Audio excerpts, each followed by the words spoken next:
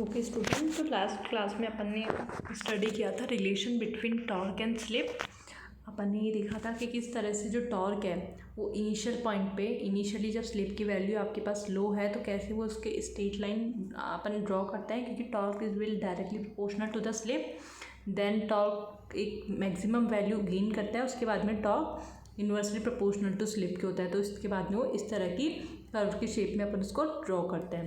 Then अपन ने ये देखा था कि रेजिस्टेंस की वैल्यू चेंज करने पर, जैसे जैसे अपन रेजिस्टेंस की वैल्यू चेंज करते हैं, आपके मैक्सिमम टॉर्क की वैल्यू पे कोई इफेक्ट नहीं होता है, लेकिन जो पॉइंट है जहाँ पे आपका मैक्सिमम टॉर्क मिलेगा वो लोकेशन चेंज होती जाती है। ठीक है, तो ये सब अपन लास्ट क्लास में स्टडी कर चुके हैं। देन अपन ने लास्ट क्लास में ये भी पढ़ लिया था कि effect of change in supply voltage क्या होता है, कि torque is proportional to voltage square. अपन ने ये देखा था कि फ्रिक्वेंसी चेंज करने पे क्या होता है, तो वैसे तो बहुत रेयरली आपके सिस्टम में फ्रिक्वेंसी चेंज होती है, बट अगर आपकी फ्रिक्वेंसी सपोज डिक्रीज़ हो गई है तो आप क्या करोगे, आपके वोल्टेज को आप इंक्रीज़ कर दोगे। ठीक है, तो आपकी जो मोटर, जो आपका इक्विपमेंट है वो आपका नॉर्मल वर्क करने लग जाएगा। क्योंकि क्या होगा, सपोज़ अगर आपका कोई 50 हर्ट्ज़ का इक्विपमेंट है, आपने उसको 60 हर्ट्ज़ की लाइन पे कनेक्ट कर दिया, तो आपने क्या किया, आपने उसकी फ्रिक्वेंसी की वैल्यू इंक्रीज़ कर दी। तो आपने फ्रिक्वेंसी की वैल्यू इंक्रीज़ कर दी तो क्या होगा कि उसकी स्पीड की वैल्यू भी आपकी इंक्रीज़ हो जाएगी। ठीक है, तो क्या होगा, आपकी स्पीड की वैल्यू भी इंक्रीज़ हो जाएगी, यानी कि आपकी जो मोटर है वो 20% ज़्यादा स्पीड से रोटेट करने लग जाएगी। तो जब आपकी मोटर उस स्पीड से 20% ज़्यादा स्पीड से रोटेट करेगी तो डैमेज होने के भी चांसेस है। तो अपन उसको वो नॉर्मल ऑपरेट करें, उसके लिए क्या करते हैं अपन, अगर अपन ने 50 हर्ट्ज़ की इक्विपमेंट को 60 हर्ट्ज़ से कनेक्ट कर दिया है आपने, तो अपन क्या करेंगे, यानी कि अपन ने क्या किया, उसकी फ्रिक्वेंसी बढ़ा दी, तो आप उसका वोल्टेज भी इंक्रीज़ कर दो। अगर आपने एनी हाउ उसकी फ्रिक्वेंसी डिक्रीज़ की है तो आप उसका वोल्टेज भी डिक्रीज़ कर दो, तो आपका जो इक्विपमेंट है वो नॉर्मल ऑपरेट करेगा। ये अपन लास्ट क्लास में स्टडी कर चुके हैं। देन नेक्स्ट आता है complete torque speed curve of a 3 phase machine. अब इसमें क्या है, अपन को मोटर के वेरियस मोड्स देखने हैं, तो अपन इसको डायग्राम से ही देखेंगे। सबसे पहला मोड देखो, मोटर जब वो मोटर की तरह वर्क करती है तो अपन उसका टॉर्क स्पीड कैरेक्टरिस्टिक ऐसे बनाते हैं। लास्ट क्लास में ही अपन ने स्टडी किया है ये किस तरह से शेप आता है इसका। अब इसका डायग्राम देखो कि क्या किया है, इसमें अपन ने P1 स्टेटर को सप्लाई दिया, P1 क्या हुआ, कॉपर लॉसेस हुए, इसमें आयरन लॉसेस हुए। देन उसके बाद में आया स्टेटर का आउटपुट। ये स्टेटर का आउटपुट किस में गया, रोटर में गया। रोटर में भी आपके कॉपर लॉसेस हो गए, और आपके जो एक्स्ट्रा शाफ्ट लॉसेस है, फ्रिक्शनल लॉसेस है, ये सब भी हो गए। देखो कॉपर, जब आप रोटर की बात करोगे तो अपन उसमें आयरन लॉसेस इंक्लूड नहीं करते हैं। क्यों, क्योंकि रोटर की फ्रिक्वेंसी बहुत लो होती है एज़ कम्पेयर टू स्टेटर, और जो आयरन लॉस है वो अपनी फ्रिक्वेंसी पे डिपेंड करता है। तो अपन जब भी आयरन लॉस की बात करते हैं तो in case of rotor we can neglect the iron losses, तो इसमें अपन ओनली कॉपर लॉस ही कंसिडर करते हैं। तो कॉपर लॉस हो गया, आपके फ्रिक्शनल विंडेज वाइंडिंग्स लॉस हो गए, ये सब हो गए यहाँ पे। उसके बाद में मिल गई आपको आउटपुट पावर PM। ये हो गया आपका मोटर का केस। नेक्स्ट अपन देखते हैं जनरेटर का case. Induction motor as a generator कब वर्क करती है, सपोज़ आपने क्या किया, आपने उसकी स्पीड की वैल्यू, अपन क्या बोलते हैं, इन केस ऑफ इंडक्शन मोटर जो उसकी स्पीड है वो हमेशा सिंक्रोनस स्पीड से कम रहती है, लेकिन एनी हाउ अपन ने क्या किया, जो रोटर की स्पीड है उसको अपन ने इंक्रीज़ कर दिया सिंक्रोनस स्पीड से, इस तरह से। तो क्या होगा कि वो induction motor as a generator work करने लग जाएगी। तो इस तरह से उसकी कैरेक्टरिस्टिक आएगी, उसकी जो टॉर्क की डायरेक्शन है वो चेंज हो जाएगी। तो इसलिए अपन ने उसको डाउनवर्ड इस तरह से ड्रॉ किया है। अब यहाँ पे आप करंट का फ्लो देखो, क्या हो रहा था, जो मैकेनिकल पावर मोटर डेवलप कर रही थी, अब वही मैकेनिकल पावर मोटर यूज़ में लेने लग जाती है। तो ये मैकेनिकल पावर रोटर यूज़ में लेने लग जाता है। अगेन कॉपर लॉसेस होते हैं, शाफ्ट लॉसेस होते हैं यहाँ पे। देन ये जो पावर होती है ये स्टेटर में जाती है, स्टेटर में भी again iron losses, copper losses होते हैं। देन ये जो P1 पावर है ये लाइन्स के थ्रू अपन को मिल जाती है। तो जनरेटर बेसिकली यही कर रहा है, मैकेनिकल एनर्जी को अपन को इलेक्ट्रिकल पावर सप्लाई कर रहा है। तो this is the case of induction generator. तो इंडक्शन जनरेटर में इस तरह से वर्किंग होती है। ब्रेकिंग मोड में क्या होता है, अपन मोटर पे ब्रेक अप्लाई करते हैं। अब इसके लिए अपन एक कॉमन मेथड यूज़ में लेते हैं, प्लगिंग। क्या यूज़ में लेते हैं अपन, प्लगिंग। इसके बारे में आप लोग प्रीवियस सेमेस्टर में भी पढ़ चुके होंगे। प्लगिंग क्या है, एक ब्रेकिंग का मेथड। इसमें अपन क्या करते हैं, सपोज़ अपनी मोटर इस डायरेक्शन में अभी रोटेट कर रही है, ठीक है, क्लॉकवाइज। मुझे उसको अगर एंटी क्लॉकवाइज रोटेट करवाना है तो मैं क्या करूँगी, यहाँ पे मेरे पास सप्लाई आ रही है RYB, इस तरह से सप्लाई आ रही है। अगर मैं किसी भी 2 फेज़ को चेंज कर दूँ, अगर मैं उसको इस तरह से सप्लाई दे दूँ RBY, तो क्या होगा, मोटर की डायरेक्शन चेंज हो जाएगी। ये तो अपन थ्योरिकली बोलते हैं, लेकिन मोटर की डायरेक्शन सडनली तो चेंज नहीं हो सकती ना। सपोज़ वो 1400 की स्पीड से इस डायरेक्शन में घूम रही है, 1400 की स्पीड से। अब मैंने एकदम से उसके कनेक्शन RYB से RBY चेंज कर दिए, तो एकदम से तो इस डायरेक्शन में नहीं आ जाएगी। उसकी स्पीड धीरे धीरे डिक्रीज़ होगी, 1400 से 1300, 1200, 1000, 800, 700, 600, 200, 100। फिर एक पॉइंट आएगा जब एकदम वो रुकेगी मोटर 0 स्पीड पे, एंड देन वो दूसरे डायरेक्शन में रोटेट करना स्टार्ट कर देगी।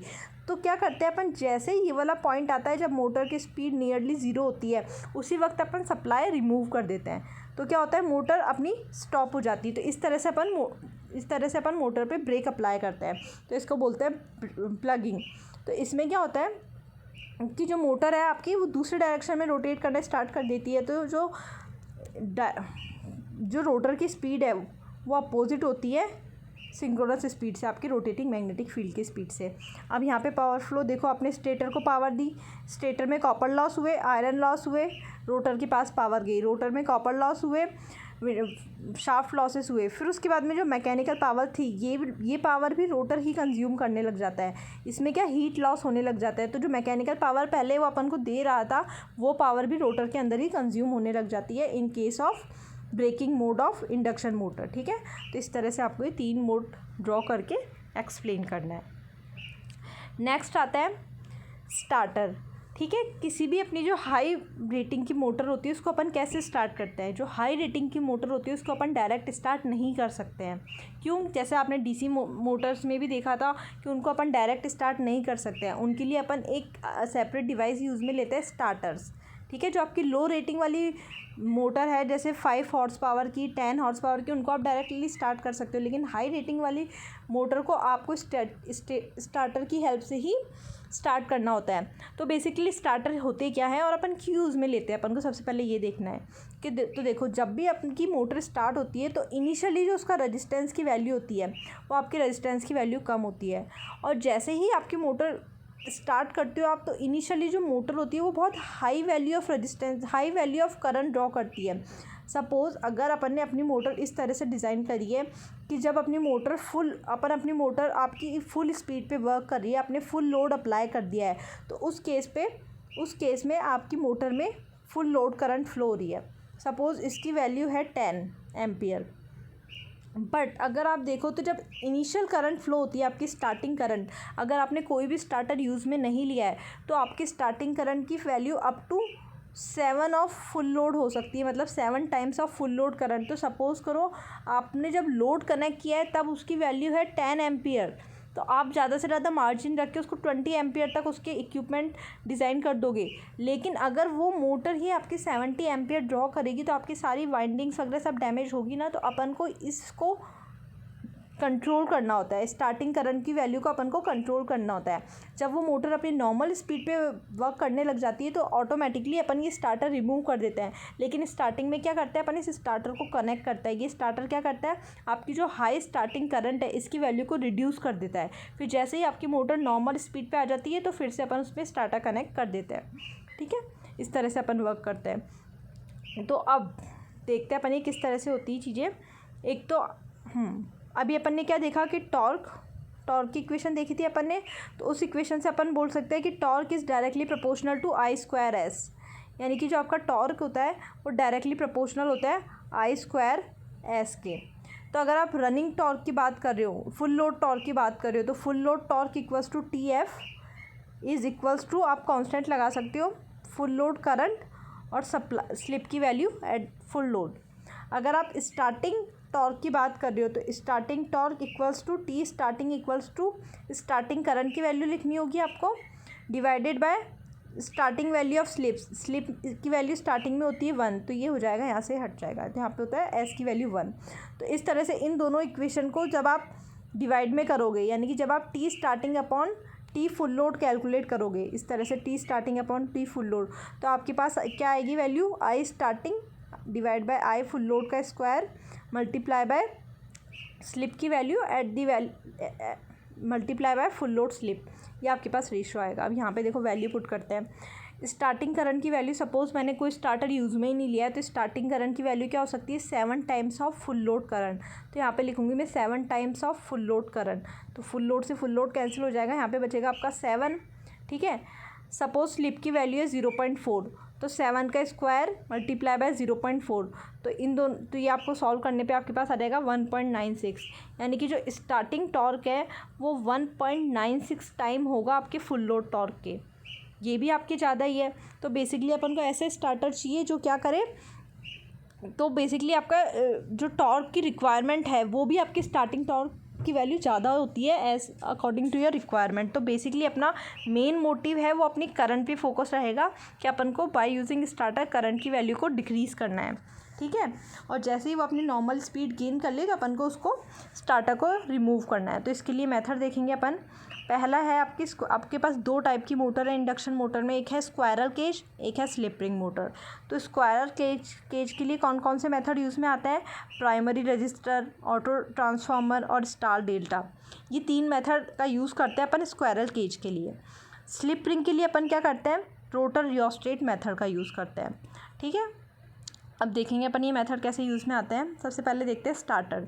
The purpose of starter is not just to start the motor but it perform the 2 main function. कौन कौन से मेन फंक्शन परफॉर्म करता है, to reduce the heavy starting current. पहला तो ये क्या करेगा, हैवी स्टार्टिंग करंट को रिड्यूस करेगा, and to provide overload and under voltage protection.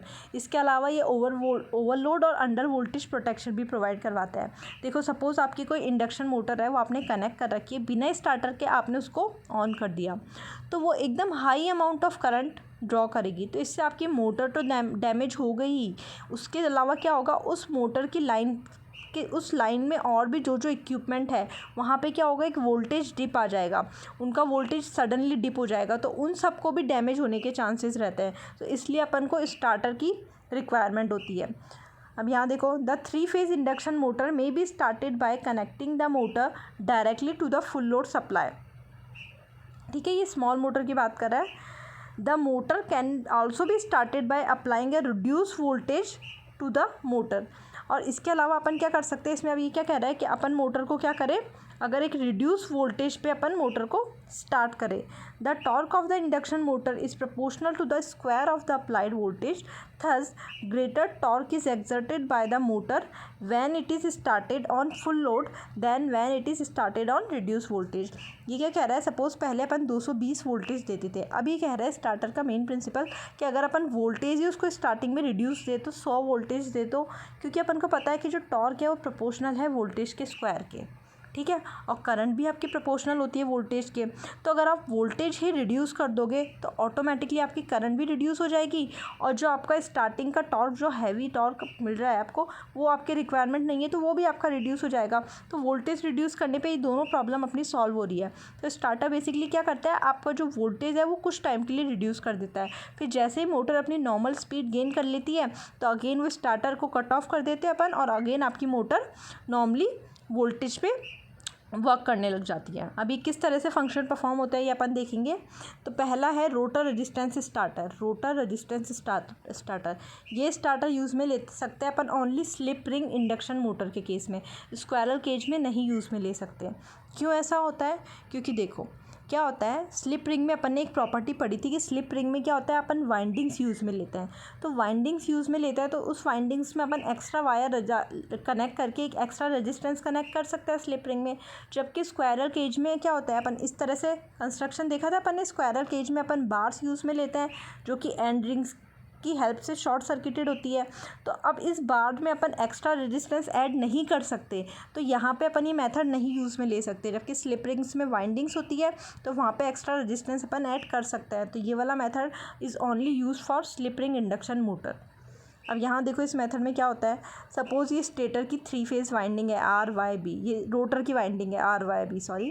तो अपन क्या करता है, ये वाइंडिंग ये स्लिप रिंग की हेल्प से यहाँ पे ब्रशेस से कनेक्टेड है। तो अब क्या करेंगे, ब्रशेस की हेल्प से अपन ये 3 एक्सटर्नल वायर कनेक्ट कर देता है। ये अपन ने एक्सटर्नल वायर कनेक्ट कर दिए। तो अब जैसे ही अपन ने एक्स्ट्रा रेजिस्टेंस ऐड कर दिया तो क्या होगा, आपकी करंट की वैल्यू ऑटोमेटिकली डिक्रीज़ हो जाएगी। तो यही अपन को चाहिए था। स्टार्टिंग में क्या करेंगे अपन, एक्स्ट्रा रेजिस्टेंस ऐड कर देंगे, तो उससे क्या होगा, आपकी करंट की वैल्यू डिक्रीज़ हो जाएगी। फिर जैसे ही आपकी मोटर नॉर्मल ऑपरेशन परफॉर्म करने लग जाएगी तो आप क्या करोगे, इन रेजिस्टेंस को कट आउट कर दोगे। ये रेजिस्टेंस आपके कट आउट हो गए। अब आपकी मोटर नॉर्मल स्पीड पे रन करेगी और उसकी करंट की वैल्यू भी आपकी नॉर्मल रहेगी। ये देखो क्या लिखा है अब यहाँ पे, the rotor resistance starter, in rotor resistance starter the three terminals of the rotor windings are connected to a variable external resistance through slip ring। यानी कि जो रोटर की वाइंडिंग के 3 टर्मिनल है ये एक्सटर्नल रेजिस्टेंस से कनेक्टेड होता है by the help of slip ring. Slip ring की हेल्प से अपन इसमें 3 एक्सटर्नल रेजिस्टेंस कनेक्ट कर देते हैं। Full supply voltage is applied across the stator. Stator को अपन फुल सप्लाई वोल्टेज दे रहे हैं। Resistance R fully in the circuit eight starting, यानी स्टार्टिंग में अपन ने वो तीनों एक्सटर्नल रेजिस्टेंस फुल्ली कनेक्ट कर दिए। So the starting current is reduce. अपन ने एक्स्ट्रा रेजिस्टेंस ऐड कर दिए तो क्या होगा, स्टार्टिंग करंट रिड्यूस हो जाएगी। The external variable resistance connected in each phase of the rotor circuit not only reduce the current, the external variable resistance, क्या बोल रहा है ये, the external variable resistance connected in each phase of the rotor circuit not only reduce the current at starting but increase the starting torque also। अपन ने पढ़ा था slip ring में ये एडवांटेज था कि एक्सटर्नल रेजिस्टेंस ऐड करते हैं तो क्या होता है, एक्सटर्नल रेजिस्टेंस ऐड करने से आपकी करंट की वैल्यू तो बढ़ ही रही है, आपके स्टार्टिंग टॉर्क भी इंक्रीज़ हो रहा है, क्योंकि अपन ने फॉर्मूला पढ़ा था जो स्टार्टिंग टॉर्क होता है वो प्रोपोर्शनल होता है रेजिस्टेंस के। तो आप रेजिस्टेंस की वैल्यू बढ़ाओगे तो आपका स्टार्टिंग टॉर्क की वैल्यू भी बढ़ जाएगी। लेकिन याद रखना मैक्सिमम टॉर्क की जो वैल्यू होती है वो इंडिपेंडेंट होती है रेजिस्टेंस से। नेक्स्ट पॉइंट क्या बोल रहा है ये, the rotor circuit resistance is gradually cut out as the motor speed up. जैसे जैसे मोटर की स्पीड बढ़ती है रोटर सर्किट का रेजिस्टेंस ग्रेजुअली कट आउट कर देते हैं अपन। During normal running condition the motor circuit resistance is completely cut out and slip ring are short circuited. जैसे ही मोटर अपनी नॉर्मल स्पीड गेन कर देती है अपन इसको कट आउट कर देते हैं और ये स्लिप रिंग को अपन इस तरह से शॉर्ट सर्किट कर देता है इन तीनों को। ठीक है, तो ये this is all about rotor resistance starter. ठीक है, इसका मेन पॉइंट यही है कि अपन इसको स्लिप रिंग मोटर में यूज़ में लेते हैं, स्क्वायरल केज में नहीं लेते हैं। अब नेक्स्ट क्लास में अपन पढ़ेंगे स्क्वायरल केज इंडक्शन मोटर के स्टार्टर।